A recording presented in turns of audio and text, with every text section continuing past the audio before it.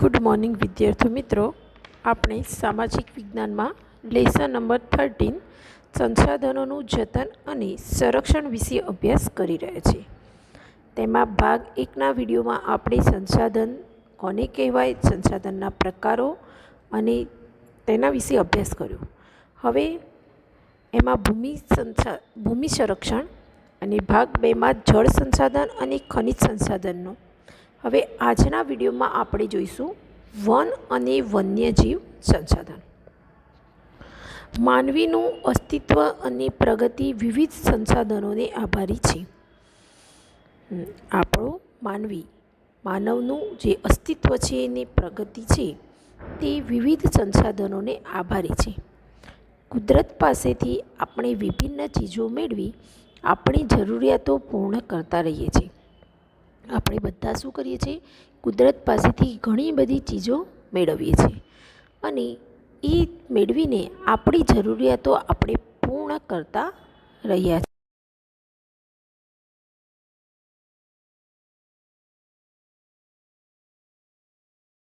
છીએ. જંગલો કેવા છે?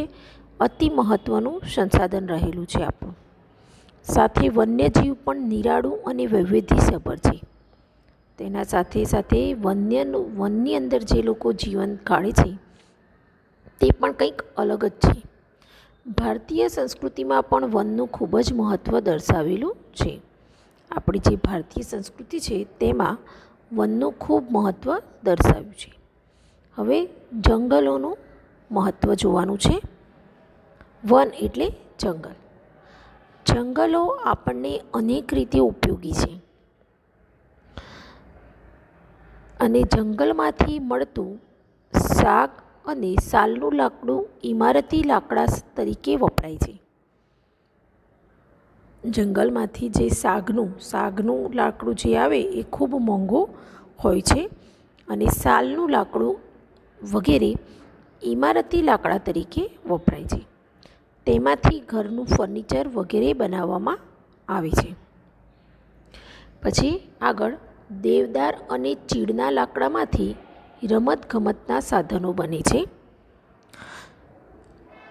પછી વાંસમાંથી ટોપલા, ટોપલી, કાગળ, રેયોન વગેરે બનાવી શકાય છે. પછી જંગલમાંથી આપણને લાખ મળે, ગુંદર, મધ, ઔષધિ વગેરે પણ આપણને મળે છે અને જંગલમાં રહેતી પ્રજાને આજીવિકા પૂરી પાડે છે. જે લોકો જંગલ વિસ્તારોમાં રહે છે તે પ્રજાને તેની આજીવિકા એટલે કે જીવન જરૂરિયાતની દરેક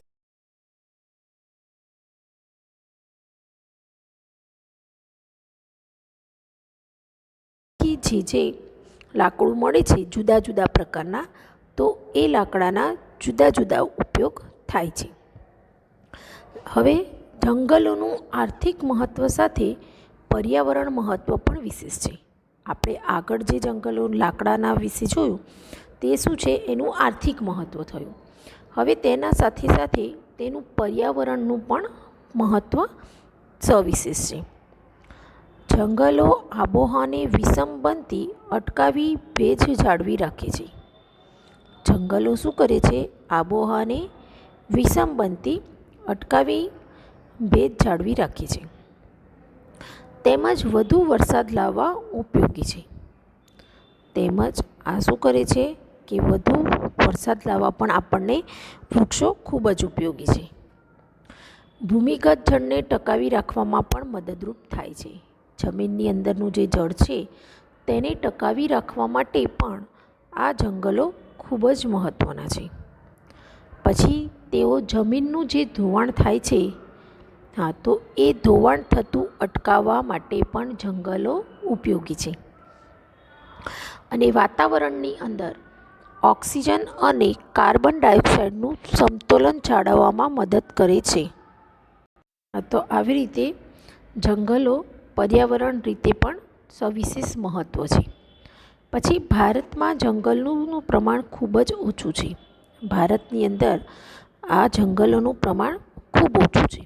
સૌથી વધુ જંગલ અંદમાન અને નિકોબારના દ્વીપ સમૂહમાં તેમજ મિઝોરમ, મણિપુર, ત્રિપુરા, અરુણાચલ પ્રદેશ રાજ્યોમાં આવેલા છે. ભારતમાં શું છે, જંગલોનું પ્રમાણ ઓછું છે, તેમ છતાં સૌથી વધુ જંગલો ક્યાં આવેલા છે? અહીંયા તમે અંડરલાઇન કરજો કે સૌથી વધુ જંગલો અંદમાન અને નિકોબાર જે દ્વીપ સમૂહ છે તેમાં, તેમજ મિઝોરમ, મણિપુર, ત્રિપુરા, અરુણાચલ પ્રદેશ રાજ્યોમાં આવેલા છે. ઉત્તર પૂર્વમાં પર્વતીય ક્ષેત્રોમાં જંગલોનું પ્રમાણ 60%થી વધુ છે. હવે ઉત્તર પૂર્વની અંદર જે પર્વતીય ક્ષેત્રો છે તેમાં જંગલનું પ્રમાણ કેટલા ટકા? 60%થી પણ વધારે છે. ત્યાં પણ તમે લાઈન કરી શકો છો. હવે ગુજરાતના તેના કુલ ક્ષેત્રમાં સ્ટેટ ફોરેસ્ટ ડિપાર્ટમેન્ટ 2017-18ના રિપોર્ટ અનુસાર 11.18% જ વિસ્તારમાં જંગલો આવેલા છે. ફરી એકવાર કે આજે ગુજરાતમાં તેના જે કુલ ક્ષેત્ર છે એમાં આ સ્ટેટ ફોરેસ્ટ ડિપાર્ટમેન્ટ હોય તેને 2017-18માં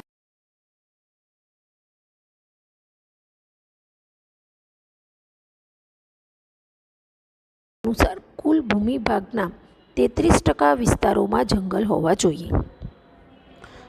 હવે લાઈન કરજો. ભારતીય વન નીતિ અનુસાર કુલ ભૂમિ ભાગના 33% વિસ્તારમાં જંગલો હોવા જોઈએ. અને ભારતમાં જંગલોનું પ્રમાણ લગભગ કેટલા ટકા? 23% જેટલું જ છે. ત્યાં સુધી અંડરલાઈન. એટલે આપણા જંગલો આપણા વિસ્તારમાં કેટલા ટકા? 10% જંગલો તો ઓછા જ છે.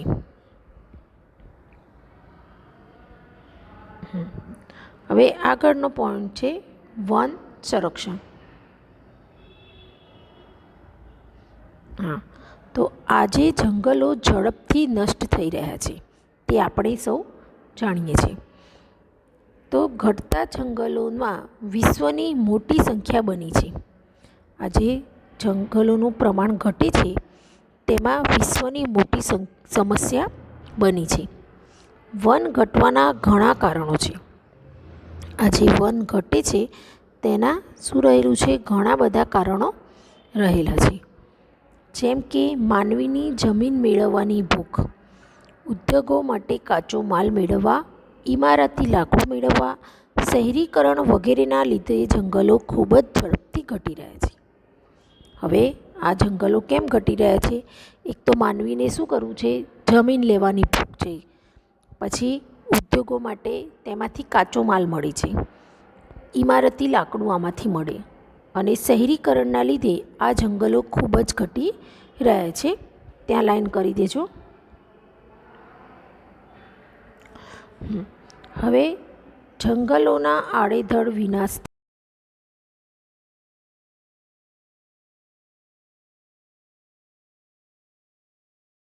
માઠા એટલે કે ખરાબ તેના જે પરિણામો આવ્યા છે તે આપણા પર્યાવરણને ભોગવવા પડે છે. તો આપણે જોઈએ. એક, પ્રદૂષણમાં વધારો થયો. શું થયું? પ્રદૂષણ જેમ જેમ જંગલોનો નાશ થતો ગયો તેમ તેમ પ્રદૂષણમાં વધારો થતો ગયો. બીજું, વરસાદનું પ્રમાણ ઘટ્યું. જંગલોના નાશથી વરસાદનું પ્રમાણ ઘટ્યું. પછી દુષ્કાળ પણ પડી. જમીનોનું ધોવાણ વધી ગયું. નિરાશ્રિત વન્ય પશુઓ અને તેમની ઘટતી સંખ્યા. હવે વન્ય પશુ હતા એ જંગલોનો જેમ જેમ નાશ થાય એટલે તેઓ આશ્રય વગરના બની ગયા. એના કારણે તેમની સંખ્યા પણ ઘટી. વૈશ્વિક તાપમાનમાં વધારો થયો. આજે વૈશ્વિક જે તાપમાન છે તેમાં પણ તેના કારણે વધારો થયો. પ્રાકૃતિક સૌંદર્ય નાશ પામ્યું. જંગલો કાપવાથી જે પ્રાકૃતિક સૌંદર્ય હોય છે તે નાશ પામ્યું. વગેરે ભારતીય બંધારણમાં વનો, સરોવરો, નદીઓ, વન્ય પ્રાણીઓ સહિત કુદરતી પર્યાવરણનું સંરક્ષણ કરવાની અને તેની સુધારણા કરવાની તથા જીવો પ્રત્યે અનુકંપા દર્શાવવાની નાગરિકની મૂળભૂત ફરજ છે. હવે ભારતીય બંધારણમાં શું લખેલું છે કે એક તો વનો, સરોવરો, નદીઓ, પછી વન્ય પ્રાણીઓ સહિત જે કુદરતી પર્યાવરણનું સંરક્ષણ કરવાનું છે તેની સુધારણા કરવાની છે અને જીવો પ્રત્યે અનુકંપા એટલે કે દયા દર્શાવવાની છે. તે દરેક નાગરિકની મૂળભૂત ફરજ છે.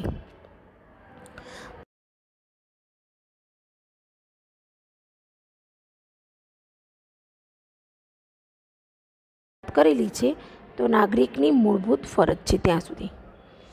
વન અને વન્યજીવોને કાયદા દ્વારા પણ રક્ષણ પૂરું પાડવામાં આવ્યું છે. વન અને વન્યજીવોને, કારણ કે તમે જોઈ શકો છો કે વિવિધ જે પ્રાણીઓ છે તેનો આપણે ડાયરેક્ટ શિકાર કરી શકતા નહોતા. પહેલાંના જમાનામાં તો આપણા જે રાજા મહારાજો હતા તેઓ શિકાર કરતા હતા.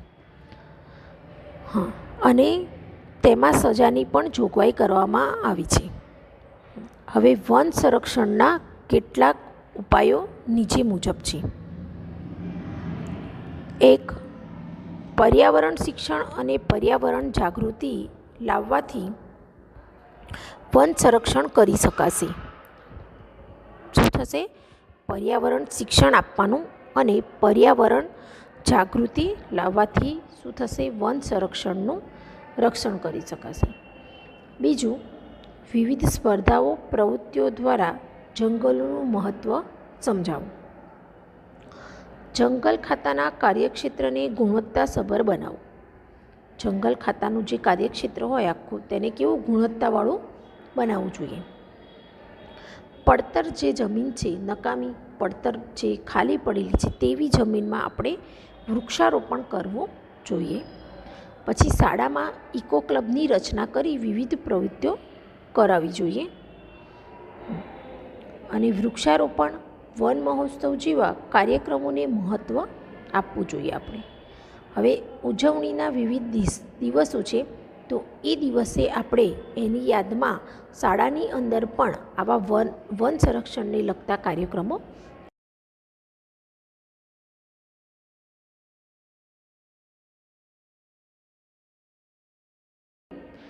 4 ઓક્ટોબર વન્ય પ્રાણી દિવસ અને 29 ડિસેમ્બર જૈવ વિવિધતા દિવસ.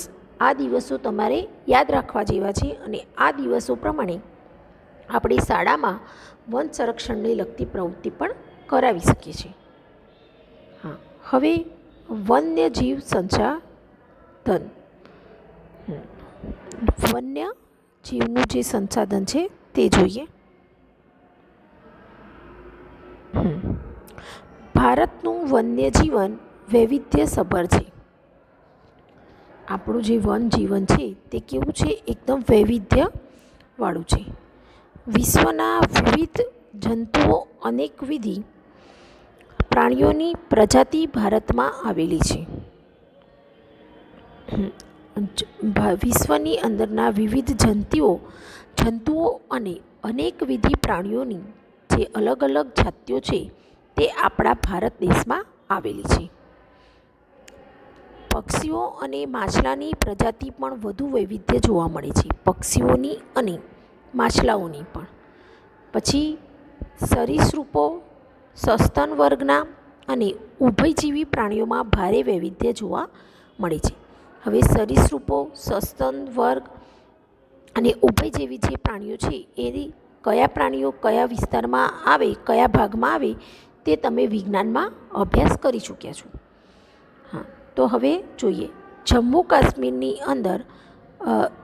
કાશ્મીર અને લદ્દાખમાં કાશ્મીરી મૃગ, જંગલી બકરીઓ જોવા મળે છે. પછી ઉત્તરાખંડ, કર્ણાટક, કેરળ,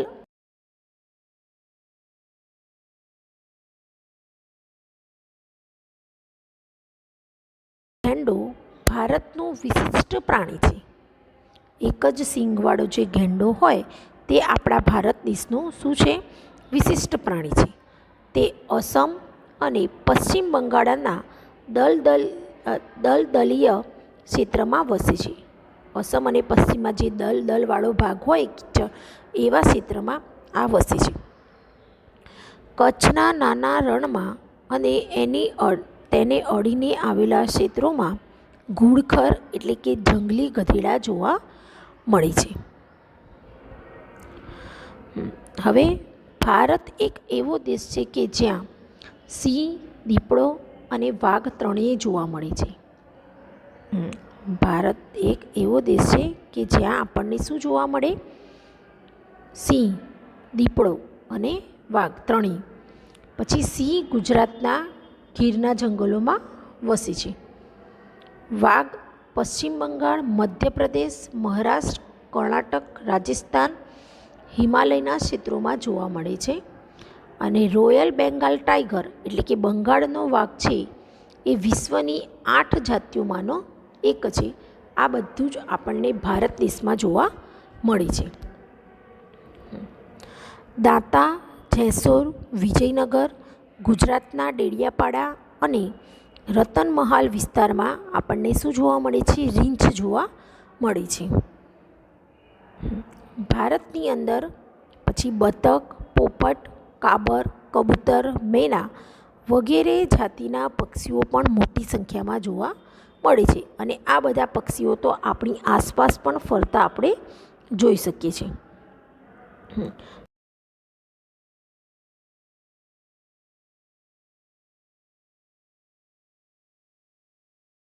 અને સુરખાબ ગુજરાતનું રાજકીય પક્ષી છે. હા, અહીંયા યાદ રાખજો તમે કે ભાઈ ગુજરાતનું જે નળ સરોવર છે ત્યાં શિયાળાની અંદર આવતા યાયાવર પક્ષીઓ માટે તે જાણીતું છે. અને આ જે સુરખાબ છે તે ગુજરાતનું રાજકીય પક્ષી કહેવાય છે. આગળ ભારતના સાગર કિનારે મેકરલ, ઝીંગા, બુમલા, શાર્ક, ડેલ્ફિન, સાલ્મન વગેરે પ્રજાતિની માછલીઓ પણ જોવા મળે છે. ભારતમાં વિવિધ પ્રકારના હરણ અને સાપની પણ પ્રજાતિઓ જોવા મળે છે. અને હિમાલયના શીત વનો, ઠંડા જે વનો હોય તેની અંદર લાલ પાંડા જોવા મળે છે. એટલે તમે અહીંયા જોઈ શકો મિત્રો કે વન્યજીવન જે સંસાધન છે એટલે કે આની અંદર ભારતના વૈવિધ્યસભર જે વિવિધ જંતુઓ અને અનેક પ્રાણીઓ, જુદા જુદા દરેક વસ્તુ આપણા ભારત દેશના અલગ અલગ વિસ્તારમાં આપણે જોઈ શકીએ છીએ. અને આ બધાને સાચવવા તે આપણી નૈતિક ફરજ પણ આવે છે. તેના માટે આ વન ખાતું અને વન્યજીવન જે ખાતું હોય તે લોકો કામગીરી કરતા હોય છે. હવે આપણે જોઈએ તો લુપ્ત થતું વન્યજીવન. લુપ્ત એટલે કે દૂર થતું, નાશ થતું જે વન્યજીવન છે તે ગુજરાતના જંગલોમાંથી વાઘ અને ભારતના જંગલોમાંથી ચિત્તો લુપ્ત થયેલ છે. આપણા જે ગુજરાતના જંગલ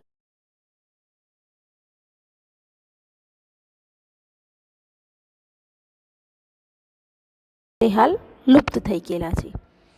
કેટલાક પક્ષીઓ જેમાં કે ચકલી, ગીધ, સારસ, ઘુવડ, ઘોરાડ અને ઘડિયાળ એટલે કે મગર, ગંગે, ડેલ્ફિન જેવા પ્રાણીઓ પણ લુપ્ત થવાના આરે છે.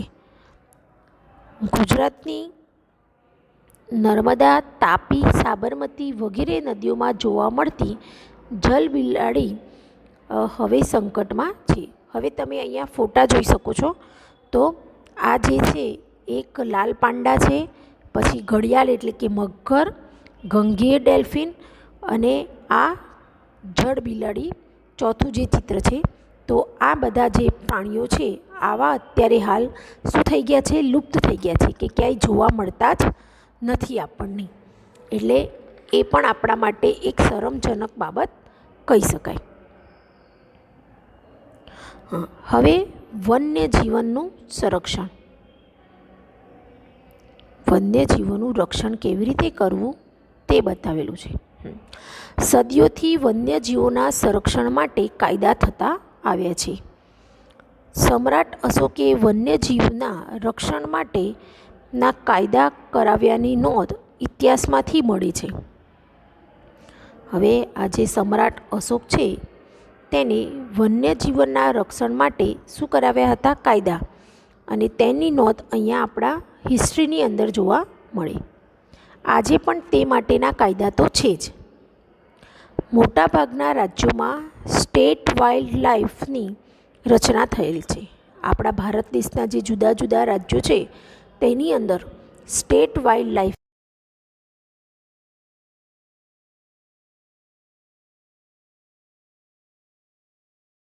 માટે અમુક જે સ્વૈચ્છિક સંસ્થાઓ છે તે પણ તે કામ કરી રહી છે. હવે વન્યજીવ સંરક્ષણ માટે નીચેના કાયદાના પગલાઓ લેવા જોઈએ. 1. વન્યજીવો પર થતા અત્યાચાર અને શિકાર પ્રવૃત્તિને અટકાવવા કડક અમલ કરો.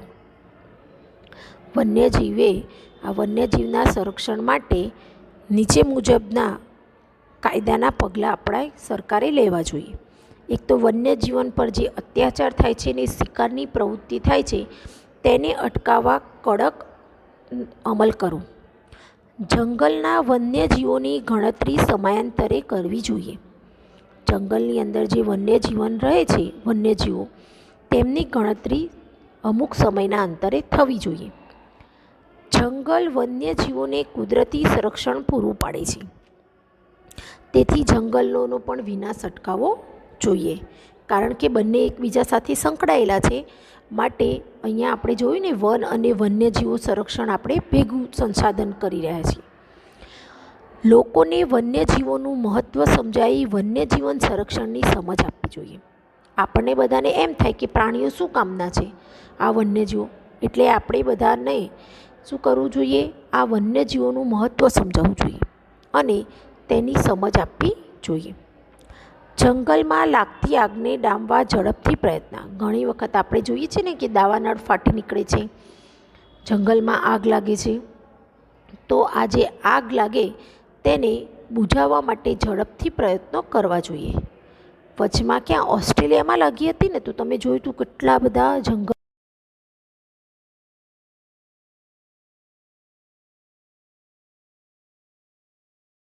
સારવાર મળે તેવા પણ પ્રયત્નો કરવા જોઈએ. વન્યજીવો માટે સંરક્ષિત ક્ષેત્રોનો વિકાસ કરવો જોઈએ. જેમ કે સંરક્ષિત ક્ષેત્રો જે આપણે જોઈએ છે ને, ગીરના જંગલમાં જે સિંહો છે તો એ અભયારણ્ય જેવું એવું રચવું જોઈએ.